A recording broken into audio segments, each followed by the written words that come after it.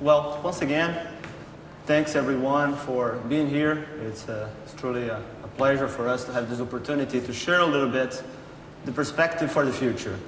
So we will have like 25 to 30 minutes to speak a little bit about the strategy of our company. So I'll tend to be a little bit more forecasting, looking the next 1 to 3 years as we speak.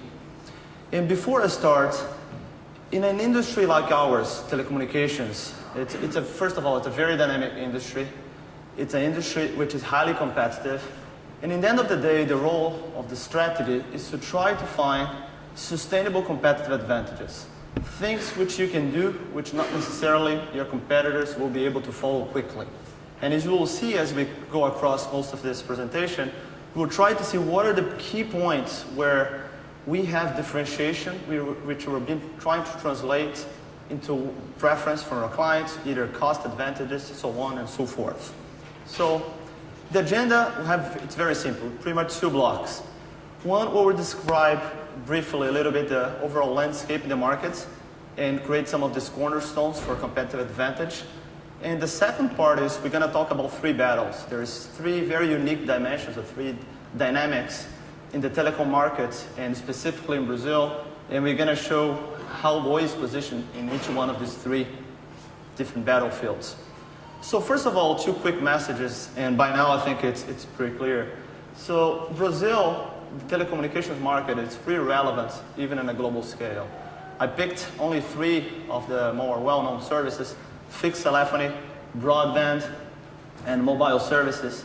In most of these categories, Brazil is fastly growing, especially in broadband, which we are still in number 9 from a world perspective. It's already a mature market in fixed telephony, which we are placed in number 4.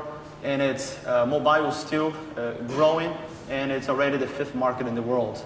And as we move to a more regional view, we'll see that, no surprise here, even because of the sheer size of the country, Brazil is already number 1 in Latin America in all different segments.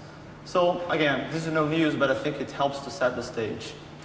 What we'll do a little bit now is talk about the growth. And if we take a look in these different revenue generating units, so it's not really a client perspective, is if a client has 3 different services, we are counting here 3 different revenue generating units. And you'll see that we still expect for the next 3 years to have some solid growth. The growth is going to be a little bit slower than the previous year, especially because mobile started to slow down. The penetration of mobile telephony in Brazil is approaching 100%. Actually, it just reached 100% a few weeks ago.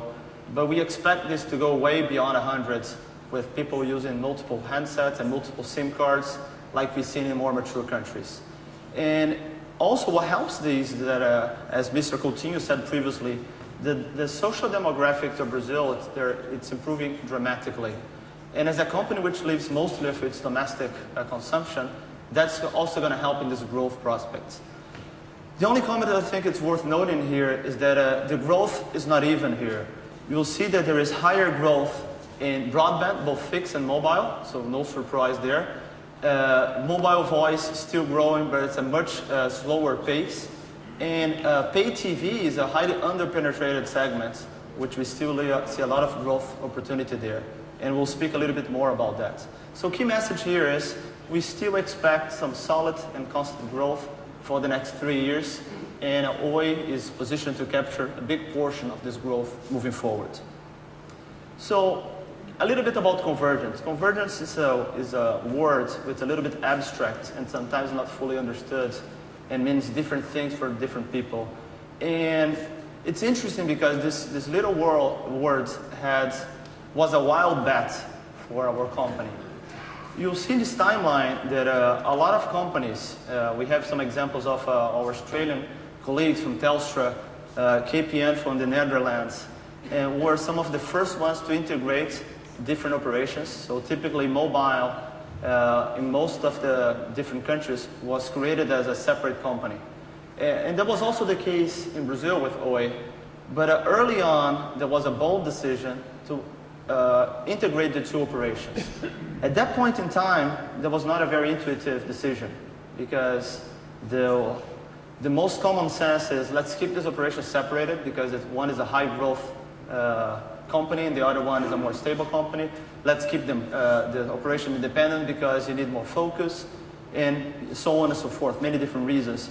But there was a belief at the point in time that if we were able to successfully integrate these two operations, the long-term benefits would clearly outweigh the short-term disadvantages. And we'll see now through time, a lot of our colleagues from overseas, they're following the same trends. So in France, Orange started integrating their operations, mobile and fixed. They even changed their names like we did. Fixed side used to be called Telemar. Mobile side, Oi actually did a reverse brand takeover. We see our German friends and Deutsche Telekom with T-Mobile doing the same thing in their domestic markets. And American Mobile and Telefonica, they're doing, just starting out to do a similar play in the region, Latin America. But the question is why? So what are the big advantages? Why this convergence, in the end of the day, is able to generate a sustainable competitive advantage? And convergence, although it's a single word, has many different faces or many different dimensions to it. You could say that, although I give these examples, each one of these examples, they're slightly different. Some of them just converge the brands, which is good from a consumer standpoint. You have a easier way to communicate to the market. You have like ownership structure. Sometimes you have inefficiencies, taxes, the way that you can better structure your company. Organizational. So you have instead of a focus on services, but you have a focus on client segments. You have network, which is something which was not completely understood until recently, but as data becomes more relevant and overall investment as well as revenues, it's interesting because the network actually becomes one. So there's a huge synergy in terms of investments that if you have a single fixed and mobile network, you see that the components, like there is a 70 to 80% overlap in most of the core network. And that's also a big driver for cost savings. Another element is offering. It's very straightforward, but being able to put all the services together in a way that you can translate a better value for your clients is also key. And finally, you have also systems, which is typically hard in large companies which grew through acquisition mostly, and customer services. This is, of course, a not exhaustive list, but each one of these integrations or this convergence, they're either try to reduce cost synergies, or try to get a better customer value. And sometimes you try to get both of them out of these. And this is the journey. So the point is, we've been betting very heavily that we are able to capture pretty much all of these. We started this journey about 5 years ago, and we still think that we have some way to go. But we'll see some examples that being able to integrate all these operations to a single company is allowing Oi to provide not only cost advantage in terms of EBITDA margin, some of our services, but as well as some client preference whenever they're picking their preferred service provider. I think one good proof point of that is our entry into the mobile segment. So as most of you know, typically the way that a market share is distributed in the country has a lot to do with the order of entering the markets. So the incumbents typically in the mobile segment is the one with the lion's share, the second one typically is the second, and so on and so forth. And Oi was able to kind of invert this role when we launched mobile services in our original region of Oi, Region 1, which is almost half of the country. And you see that in a very short period of time, in about 3 years, Oi came from 4th entrant all the way to the 1st.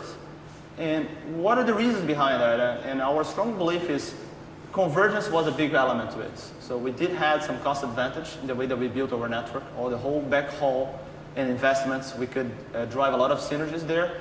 And while we had the synergies, we could translate the synergies with better pricing. So we were quite aggressive in the beginning, providing more minutes for lower cost. So that was one key element. Of course, there were other elements like understanding that the C class was a growing segment and providing a more, let's say, aligned prepaid offer. So we were the first ones to provide a SIM-only offering and not focus so much on the handset for that specific segment. We had also some good lessons learned from other emerging countries, like providing micro top-ups, which was also very important. My point here is convergence pays off. And I think the entry in mobile in Region 1 is just one of the proof points. But we expect moving forward that we have more and more proof points of why this works. Other maybe example in mobile is it's typically very hard to get a client, a postpaid client, which is happy with their mobile operator. And although we were the fourth entrant, we were also quite successful in churning clients from the other operators. And the way that we did that is by, again, bundling all the services together. So there's an offer which my colleague from marketing will expand a little bit, but we created an offer called Oi Conta Total, Oi Total Account or Total Bill, which bundles together the fixed telephony, broadband, and mobile. And that was one, again, a key element in using this convergence to get good clients from other competitors to Oi users base. Well, so convergence, we're going to speak a lot about it, but we couldn't be really a fully national champion in a convergence game with a limited footprint. And in that regard, there are like two key elements to the strategy. The acquisition of Brazil Telecom, again, provided us a national footprint. There was a big portion of the country which we didn't have a presence. And the entry into the São Paulo market with our mobile offer kind of completed this footprint. So after this, let's say, these acquisitions, some minor acquisitions in the north of Brazil with Amazônia Celular and the entry to São Paulo, we were in a much stronger base where we covered pretty much the whole country, and we have a convergence offer across the board. I would say the only exception is São Paulo, which at this current stage we are almost purely mobile play, and we have a corporate fixed play more with the high-end corporate segment. But the rest of the whole country, it's pretty much covered with all the four offers. Well, so this is a little bit the baseline and why we are so convinced that we took the right decision a few years back in the convergence. As I described, we have all these 5 different dimensions, or 6 different dimensions, and it's more like a journey than a really end game. We always going to be improving the way that we service our clients. We're always going to have offers which are even more convergent. We're always going to have ways where we can have a more transparent and smoothless experience for our clients. But that's going to be a key way, because if you take a look in the local landscape, Oi is the only fully integrated service provider. The 2 other large groups, we have the Mexicans with American model and some fixed properties, but they are a long way from having an integrated operation. And our friends, the Spaniards from Telefónica, they're again somehow even reconfirming our assumption that convergence is important through the acquisition move that they're doing with Vivo. But again, they're only going to have a convergence footprint once this whole integration is done, which we know that because we did it, it's a long and hard process, a few years from now and limited to the states of São Paulo. So we're going to be playing this note a lot in the coming years. So with this background of convergence, I think it's important to give another background, which is what are the battles that we see moving forward? And we see, despite the fact that we have kind of a convergent view, I feel that there's 3 different battles that most service providers in the world, and specifically in Brazil, we must win if we want to be successful in the coming years. So the first battle, very quickly, is mobility. The second one is the home, and third is the enterprise and the corporate market as a whole, including the SMB.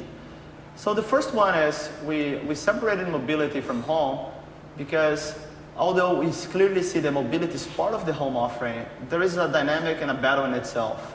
In mobility, a share of our clients, they do kind of a personal decision of buying their own service, while on other parts, they buy their services as part of a home decision.